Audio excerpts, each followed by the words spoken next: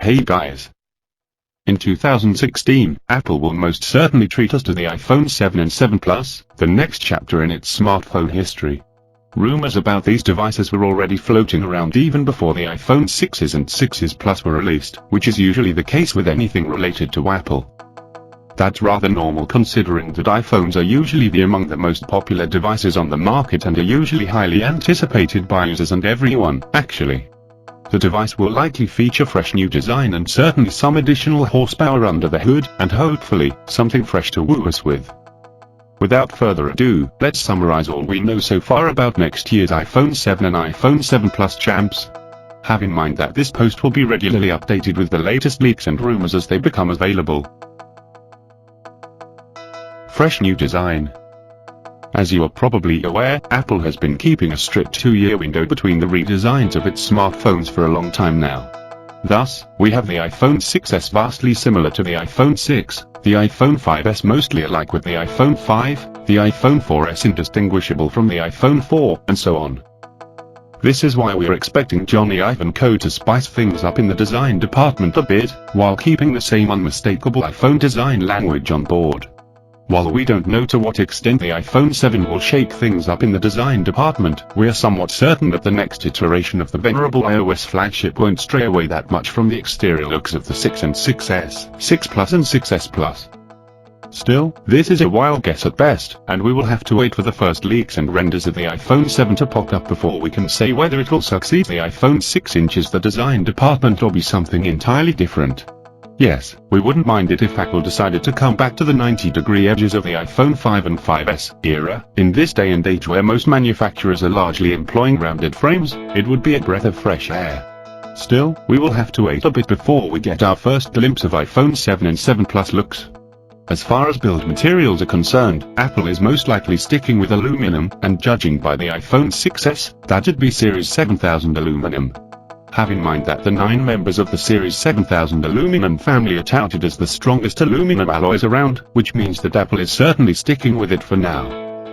We heard that the next crop of iPhones might come sans a home button and have the Touch ID functionality embedded inside the display, which falls in line with a certain patent application that we got hold of earlier in 2015. Well, we seem to have the technology, so a display with an embedded fingerprint scanning functionality will most certainly pop up in the coming years. Sadly, we can't say just yet whether the iPhone 7 and 7 Plus will be the first ones to do so. What's more, it is also suggested that Cupertino might finally jump on the waterproof Nest train and make the iPhone 7 and 7 Plus watertight. This was somewhat suggested by the abundance of silicone seals and gaskets that make the current iPhone Pro able to withstand a lengthy dunk in the water to some extent. Apart from physical evidence found in the 6s and 6s Plus, we also have a patent that allegedly reveals Apple is entertaining the idea of making its devices immune to the water element. We also heard that the iPhone 7 might not feature a 3.5mm earphone jack and instead rely on a Lightning one in order to slim down some weight. Reportedly, Apple wants to make the iPhone 7 and 7 Plus the thinnest iPhones ever. Cupertino is reportedly aiming poised to make its next devices roughly 6mm thick. As a reminder, the iPhone 6 was 6.9mm thin, while the 6s flaunts exactly 0.2mm on top. Apart from thinner footprint, the next crop of iPhones might feature thinner bezels due to the alleged nixing of in-cell touch panels. An improved version of the well-known glass-on-glass technology might be used instead. Hardware. It's a no-brainer that Apple is going to grace its next handset with an even speedier chipset, which will most likely be called the Apple A10 System on Chip, called SoC. Considering that the Apple A9 chip that is currently gracing the iPhone 6s and the 6s Plus is a 64-bit performance champ, manufactured with Taiwan Semiconductor Manufacturing, called TSMC, is 16nm or Samsung's 14nm manufacturing process. Well, it's too early to have any specific pieces of info for the chipset, but certain sources already claim Apple will exclusively choose Taiwan Semiconductor Manufacturing as the sole supplier for the A10 SoC. It's also rumored that it will be a 16nm FinFET A1, similar to Taiwan Semiconductor Manufacturing's A9 produce. Judging by Apple A9's performance, which is one of the very best SoCs on the scene right now, we have extremely high hopes for the A10, which will most certainly end in the top tier end of the performance spectrum. In the memory department, Cupertinians amped up the game of the 6S and the 6S Plus by throwing in some much-needed operational memory inside. In 2015, we finally got an iPhone with 2 GB of RAM. Judging by the fact that Apple has been employing 1 GB of RAM ever since 2012's iPhone 5, and followed this trend for 3 years, we are quite doubtful that the iPhone 7 will come with 3 GB of RAM on board. This is what the Micro, an industry insider with a rather good track record, has been trying to instill in us, at least as far as the iPhone 7 Plus is concerned. Call us doubting Thomases, but we are not entirely convinced that such an upgrade will take place next year. Display. A flurry of rumors claims that Apple is indeed entertaining the idea of putting an active matrix organic light-emitting diode display on its future iPhones, probably after 2018. Other rumors suggest the shift from LCD to active matrix organic light-emitting diode might take place in 2019 at the earliest. Well, we believe that this might eventually happen, but the iPhone 7 is unlikely to come with such a display. On the contrary, Apple will likely continue to rely on IPS LCD screen panels for the time being. As far as resolution is concerned, we are yet to be tipped with info about the upcoming iPhone crop. There are 2 options though. Apple will either increase the resolution or not.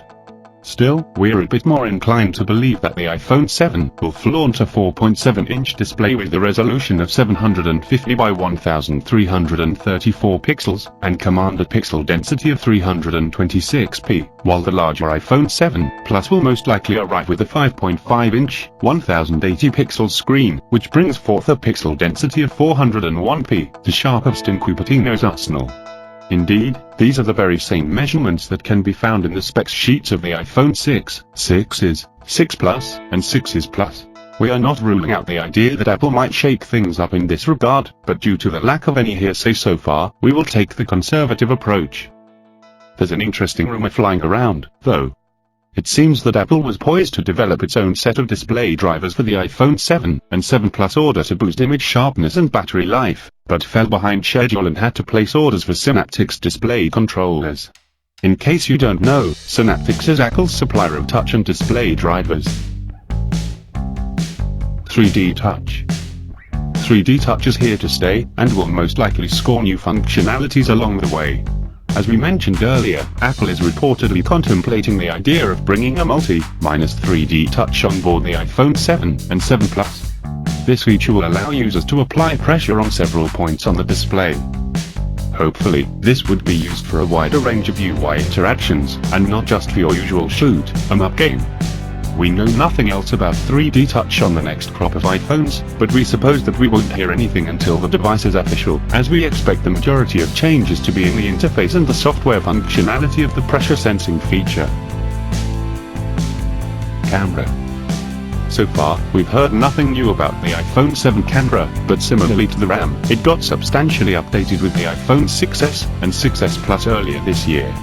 The latter scored nifty 12-megapixel rear cameras with smaller pixel size, 122, as well as 5-megapixel front-facing selfie-centric ones, which is quite the improvement over the 1.2-megapixel that graced previous generations of the device. This makes us think that Apple most likely won't bother to increase its megapixel count in 2016. However, we are certain that Cupertino will throw some nice improvements or even new functionalities in its next iPhones, in order to step up their photography game. We can only imagine what these might be, and needless to say, impatient to check them out. We are certain that the rumor mill will give us one of the possible new camera-specific features of the iPhone 7 and iPhone 7 Plus is a bit far-fetched, but not entirely implausible. According to a report we got hold of a week or so ago, we heard that Apple might employ a dual camera setup on its next devices. There is not much room for speculation here, folks. One of the cameras will likely be used for depth perception, whereas the other one will act as a regular one. The resulting photos might have adjustable focus. Have in mind that this rumor is in the wild west of New England right now, so until we get hold of some alleged chassis leaks, we can't say whether this will turn out to be true or merely vaporware. Judging by the performance of iPhone 6's camera, we have rather high hopes for the iPhone 7's one. Apple is traditionally strong in the field of mobile photography, so we expect 2016's iPhones to be solid camera phones. Release date. As we already told you, despite what the rumor mill is trying to persuade us, we expect the new batch of iPhones to arrive in September 2016, probably in the first 2 weeks of the month. That's the usual time window in which Apple hosts an iPhone-centric event and shows us its new gadgets. This has been Cupertino practice for the last couple of years, so we see zero reasons for Apple to break this tradition in 2016. Thank you for watching. Don't forget like,